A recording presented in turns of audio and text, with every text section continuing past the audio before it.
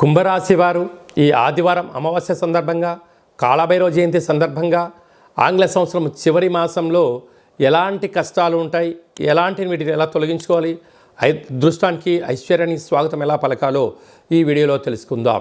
కుంభరాశిలో ఏ నక్షత్రాలు వస్తాయనగా ధనిష్ఠా నక్షత్రంలోని 3వ పాదం, 4వ పాదం, శతభిష నక్షత్రంలోని 4 పాదాలు, పూర్వాభాద్ర నక్షత్రంలోని 1, 2, 3 పాదములు కలిపితే కుంభరాశి అవడం జరుగుతుంది.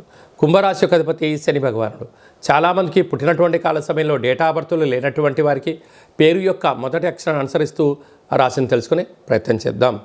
గు, గే, గో, సా, సి, సు, సే, సో, ద అక్షరాల వారందరూ కుంభరాశి జాతకులే. కుంభరాశి యొక్క అధిపతి శని భగవానుడు. రాశిలోనే శని భగవానుడు సంచార స్థితి. 2వ స్థానంలో రాహు, అర్ధాష్టమ గురువు, 6వ స్థానంలో కుజుడు, అష్టమంలో కేతువు, రాజ్యస్థానంలో బుధాదిత్య రాజయోగం, రాజ్యస్థానంలో లాభస్థానంలో శుక్ర భగవానుడు సంచారం చేయడం వలన 3 గ్రహాలు అనుకూలంగా లేకపోవడం, 5 గ్రహాలు అద్భుతంగా యోగించే కాలం ఉంటుంది. అదే కాకుండా ఏలనాటి శని మధ్యమ సంచార స్థితి. సంవత్సరము ఆంగ్ల సంవత్సరానికి చివరి రోజులు కనుక మీ జన్మ నక్షత్రం రోజున అష్టమి, పూర్ణిమ, అమావాస్య తిథుల యందున దూరావాయు జల ప్రయాణాలు పెట్టుకోకపోవడము ఉత్తమోత్తమం. అప్పులు ఇవ్వకపోవడము యోగదాయకం. ఉండబడిన దాంట్లో ప్రణాళికాబద్ధంగా చక్కటి ఆరోగ్యాన్ని ఏర్పాటు చేసుకోవడం, అసలు సీజనల్గా వచ్చేటువంటి జలుబు సమస్యలు కానీ, దగ్గు సమస్యలు కానీ, జ్వరం వచ్చేటువంటి పరిస్థితి కూడా చాలా అధికంగా ఉంటుంది.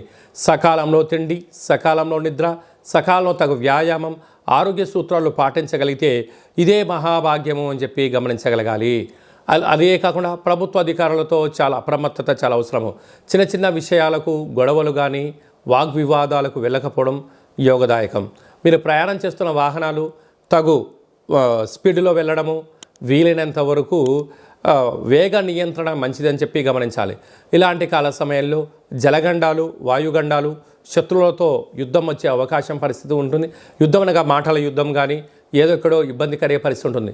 ఇలాంటి కాల సమయంలో పూజా మందిరంలో తెల్లటి కొబ్బరికాయలో నారికేల దీపాన్ని, కూష్మాండ దీపాన్ని ఏర్పాటు చేసుకోవడము, అయ్యప్ప స్వామిలో కానీ, బ్రాహ్మణుడికి కానీ, సాకలి వాళ్ళకు అన్న ప్రసాదాన్ని ఏర్పాటు చేయడం వల్ల సకల గ్రహదోషం తొలగిపోతుందని చెప్పి గమనించాలి.